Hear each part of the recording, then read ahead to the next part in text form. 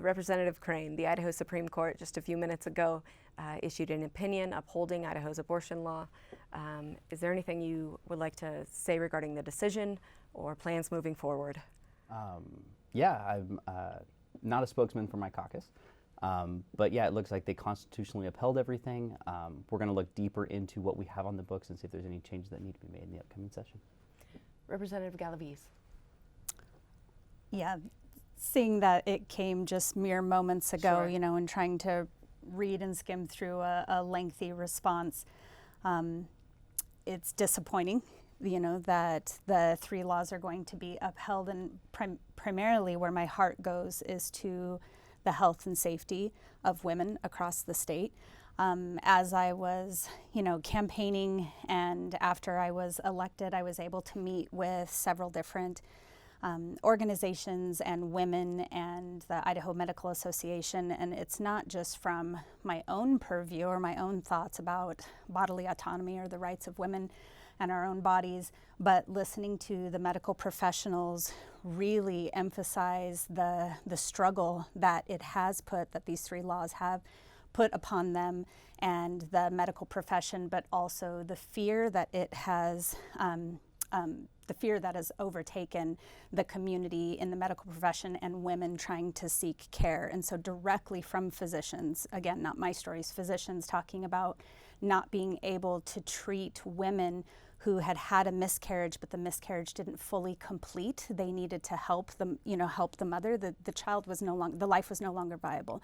But through the procedure that was necessary, they were afraid that they would fall under the civil liability law, and that they would be, you know, held subject to criminal prosecution because of it.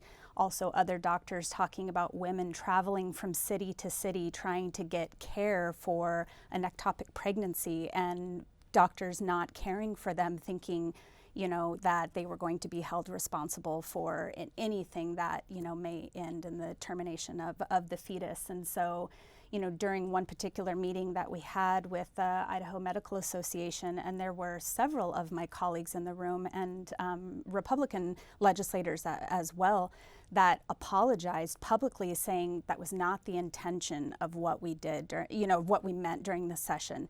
We did not mean to impede upon medical professionals' ability to care, and we certainly didn't mean for women's lives to be at risk because of this. But that's the actuality. That's what's happening, is that women are at significant risk of being able to get health care, to be able to get treatment, and that's a problem. To send a woman home because her health is at risk, but not her life yet, because that's the only provision, right? The exemption, the only exemption that exists is if her life is in direct risk. And so again, I'm sorry to beat this, you know, again, but another story from a medical professional saying she had to send home the mother until an infection set in from the fetus that had not, you know, completely, you know, been terminated, that until the infection set in and it risked the life of the mother, then the woman could come back and receive care, and the medical professional felt like she would be covered in that sense. So we've got some problems with these 3 laws, you know, and my colleague Jaron saying that, you know, hopefully we look at it and make sure that we're addressing the health and life of women in our state, and making sure that the intention of the laws, you know, the original intention, and then also what's best for our citizens of Idaho is upheld, that people should feel safe to be able to approach medical professionals and get the care they need. Well, I won't grill either of you on it too much, Sure. as we're taping at about 3:30 on Thursday. I am going to move on. You're both new to the House this year. You're freshmen. Representative Crane, you're assigned to State Affairs, which is my understanding you've requested. It can be a quite controversial committee. Mm-hmm. Why State Affairs, and what do you hope to accomplish this session? So when I look at, I'm on the 3 committees. I'm on Transportation, Defense, Business, and State Affairs. I was blessed to get all 3 of my choices. The State Affairs side of my life is, I guess, the lens and the worldview. It's the tough and the sticky things that, like, we just barely got into. I care passionately and deeply about those issues. So I want to be in that. I want to be in that discussion. I want to be in the room, bring ideas forward. I want to hear people testify. I want to hear what the issues are and what the best solutions can be. The other two committees, business is because I'm a business owner, and transportation defense because I served in the military here in Idaho. So I'm excited to join the State Affairs Committee. My brother Brent Crane is the chairman. He does a great job. He runs a great committee. And that will be a fun thing to get to sit on that committee with him. But excited to join and hear about those issues that are controversial, but they're very, very important. So. Representative Galaviz, you'll be on the Education Committee this year. There's been a lot of discussion around education choice, school choice. There's different language to use around it. You tell me. What do you hope to see come out of the Education Committee, and what are your concerns? Sure. Well, I look forward to the discussion, and I'm excited to build relationships and work across the aisle. I'm excited to work with Representative Crane. He's great and was one of the friendliest, faces when we were in our orientation week. So I think this freshman class coming in really wants to do the work of the people, and they want to have a conversation. And we may not always see eye to eye, but we are willing to do the work of the people and find common ground wherever possible. So thank you for that. Thank you. Public education is my North Star. I've been 20 years in public ed in Idaho, and so there's a lot of work to be done. I think there's a lot of attention being given on education, particularly from since the additional funds came through during the special session, and we've got work to do to be able to increase funding to our schools. We have our districts have not been fully funded, ever. There's quite a bit of work that we can do to attract and retain teachers. We have a significant gap in certified positions and classified positions in every district across the state. I know the educational savings accounts or vouchers, whatever we want to, call them, is a hot topic.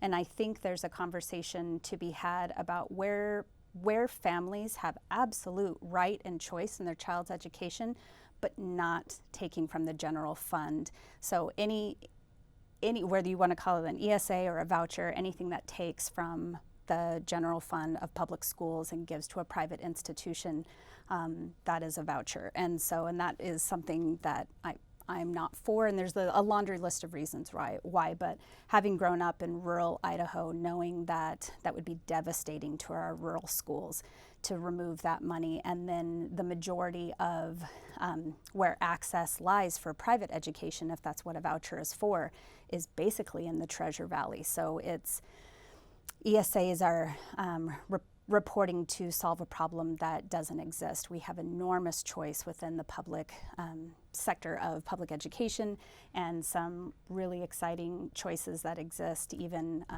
through supplemental, through IDLA, and magnet schools and charter schools. So I think a conversation is to be had about what is it that Idahoans want, and to make sure they know what choices are robust and available to them within public education. So I'm excited to be an active school teacher, now and during this conversation, that perhaps if I can provide context to what some of the decisions may look like on the ground, like in actuality, I'm happy to do that.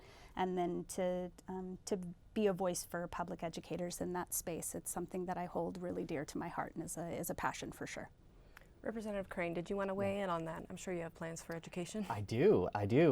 So as Sonia was just saying, it's an important topic, like we just talked about.